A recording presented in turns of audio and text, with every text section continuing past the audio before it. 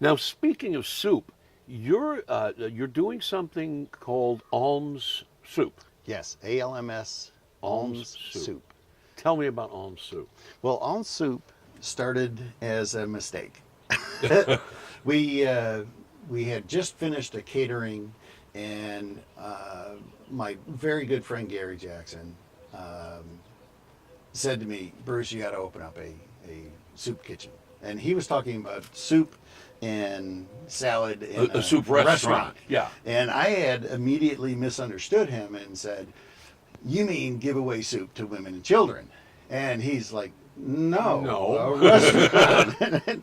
And I said, "No, I like the idea better." And after several hours of talking about it, he finally saw my wisdom and said, "Yes, giving away soup is the way to go." And then I had the problem of, well, how to do that. And so Yeah, you got to staff it. yes, and you think about a soup kitchen. Most imagery comes back to the 20s and the 30s, Right. when we were in depression, and when you look at soup kitchens, you see lines of people, and Yeah, the and old they're- black and the white old black footage. and white footage. Yeah. And that's still true today. And a lot of soup kitchens are done by churches and service organizations, and they do a really wonderful job. I didn't want to do it that way. Right. I wanted to incorporate more to it than just manufacturing soup and giving it away. So I designed the menu and the process of making soup in such a way that I can use hard to employ employees that I get from the county of Kern. And so what I'm able to do now is not only manufacture soup and give it away, I can also teach people valuable skills in the kitchen. And by time I'm done with them, this is not a long-term job for them. This is maybe 3 months to 6 months with me. And at the end of that period, they'll have their food handler's card. They'll have their ability to go to a restaurant, go to a commercial restaurant, and say And get a job. And get a job. Yeah, absolutely. In the kitchen. That's Yeah. that's terrific. One of the things that I really enjoy about that process is I'm giving Alms is giving away soup and education. So now we're no longer a soup kitchen in the traditional sense. Right. Now, but you also are selling the soup, right? Yes. To raise, I'm assuming to help raise money for materials and all of that. Tell us how that works. Well, so instead of putting my hand out for donations, Right. I think that charities are evolving into a place where they're self-supportive. We produce a product, and that Right. product is soup, and it's a quality soup made from scratch, and it serves with a loaf of bread that's made from No scratch. progressive soup cans in the No, kitchen. there are no cans. No Campbell's or No, any of that. There's pots, pans, water, and produce. There you go. Yeah. Therefore, we have this product that's a great lunch, and so we are initially designed to sell in a 1 mile radius in downtown Bakersfield, and you can only order it online through our online app. Perfect for people working downtown, Yes. people working in offices, medical professionals, Yes. legal professionals, people work in banks, things like this. The hospital. The yes. hospital, Yeah. exactly. They can order soup and have it delivered. Yes. Yes, and it's $8 for 16 ounces of soup. And if you go to the Alms soupkitchen.org website, you'll see a picture of a bowl of our soup Yeah. and the container that it comes in. So it's a legit image of what to expect. A loaf of bread, a demi-tasse loaf of bread, about a 4.5 ounce loaf of bread, Right. and a 2 ounce salad with your du jour of dressings, all for $8 delivered. Wow. That's Well, Well, nobody's ever thought of this before. I think well, it's a they great have. idea. They have in many respects. I've done a huge amount of research over the years, and I've looked at programs from New York, Los Angeles, all of the metropolitan areas, and various ideas essentially are the same. In where, for example, Open Table in San Francisco. Sells to the public, and then the proceeds from that go into manufacturing more food that is given to the homeless centers and feeding the elderly and reaching out. And that's a volunteer-based environment. I went to the America's Job Center and said, who's the hardest for you guys to employ? I mean, give me that. Right. Give me the ones that we can get off the rolls and give them a skill and give them an income. Important. Amen, brother. And they No said handouts, just a hand no, up. not a hand up, not a handout. Right. And so they're able to provide a whole assortment of persons that wouldn't qualify in a regular quick service job like a McDonald's or something like that, or in a retail position like at Walmart or something like Sure. that. These people have very specific needs, and we design the business around managing that type of employee. And so, will some of them work? Maybe, maybe not. Right. But they're not going to get punished because they have this problem. We have the ability to be a lot more tolerant to get through the education process. And if we can't achieve that goal, then we tried. Maybe another program can help. But I suspect that a large percentage of our employees will go through the process and come out of it with a food handler's card, experience on large machines, Right. experience with cutting, safety and sanitation, et cetera, et cetera. Probably would be better suited going into the real life culinary world with that kind of training than they would in any other way. Yeah, I think, I went to culinary school, and I learned a great deal of skills and techniques. But I've worked in the industry for over 25 years, and kitchens are dynamic. And every kitchen has a quirky personality about it. But every employee, whether you're confined to a wheelchair, or you have a prosthesis, or you have an emotional, mental disability that holds you back. Sure. Every kitchen can adapt to that person. It may not be the greatest working environment in the world, but you're taking a human being off of the roles. You're and giving them a chance. You're giving them a chance, so they don't have to stand out in front of Rite Aid with a sign. Yeah. Exactly. Yeah. And I'm sure people are more than willing to line up out the door for these opportunities. Well, again, we hire through Employers Training Resource and America's Job Center exclusively.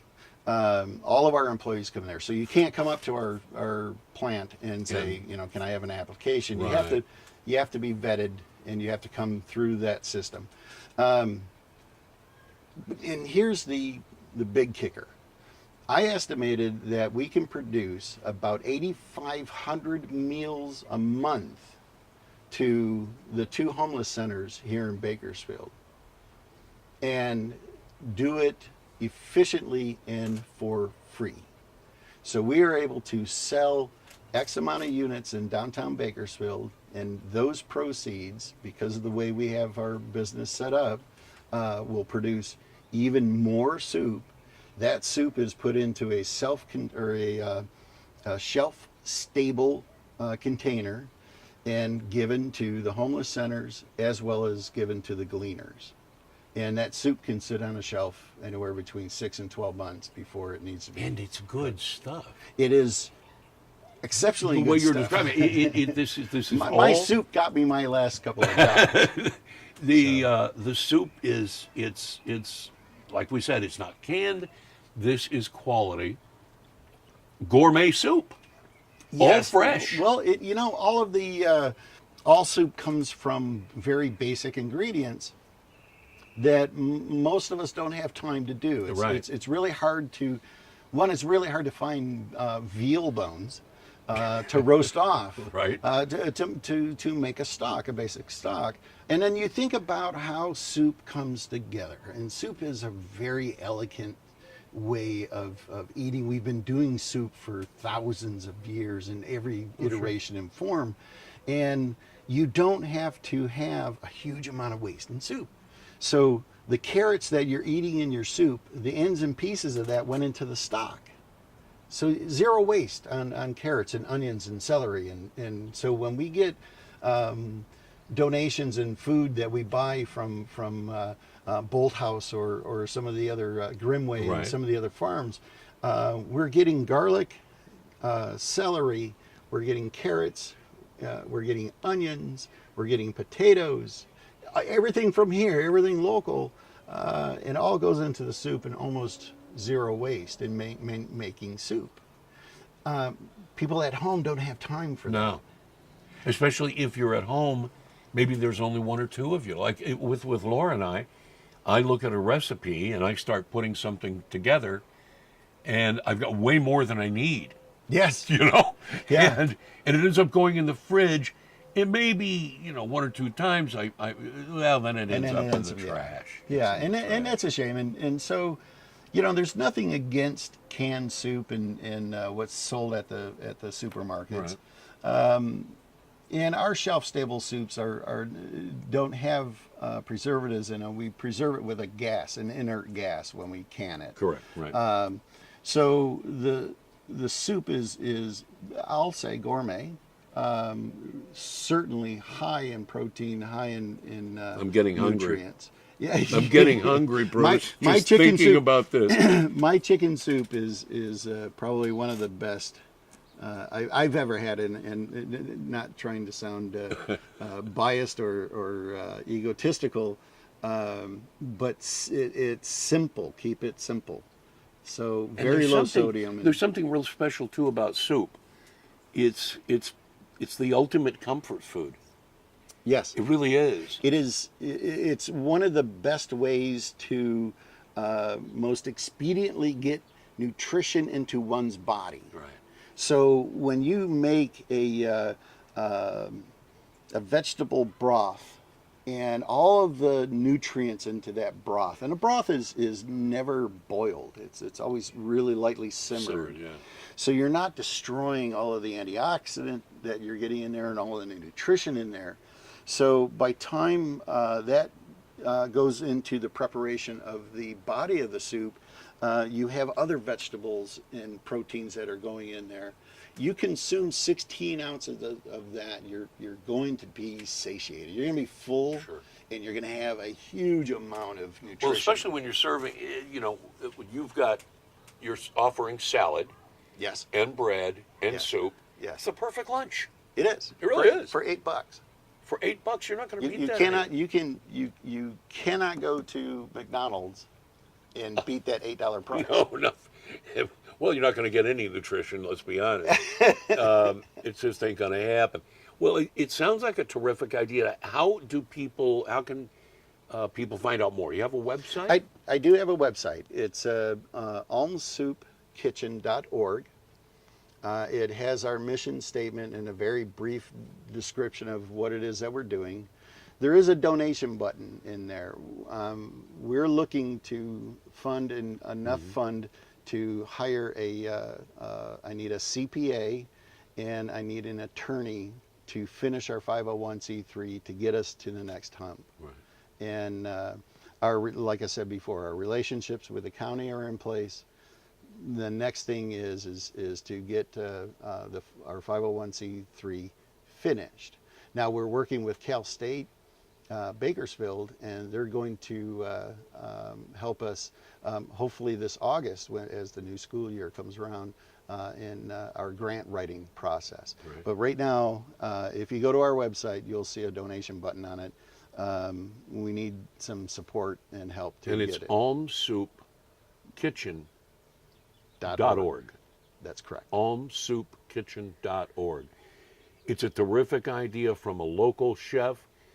You should get these politicians involved. You know what I'm saying? Get some of these county board of supervisors guys. You know, Mike, are you out there? Mike Maggard, are you listening? We need your help here, brother. Yeah, we do need your help. We need the support of Leticia Perez, are you paying attention? This is a community program.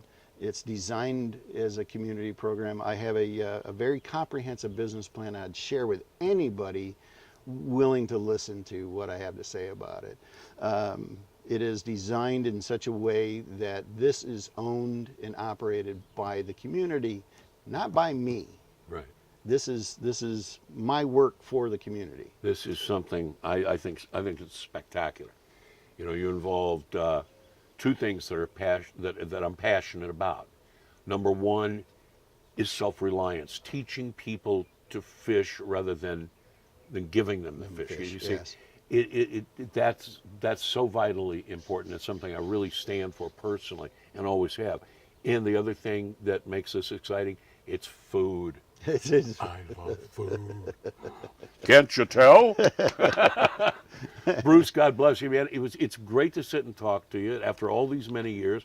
And I want to do whatever I can. You let me know whatever help you need, whatever I can offer. I can certainly be a taste tester. Well, I can definitely contact you and update you as to our success and how far we're getting this. Fantastic. So I certainly appreciate the support and help. You got it, pal. Bruce right, Tisler, brother. ladies and gentlemen. God bless America and God bless you, brother. Thank you, Jaz McKay. We'll be back with more of the Jaz McKay half-hour radio hour, which is going over a half an hour today only, because it's all about community, folks.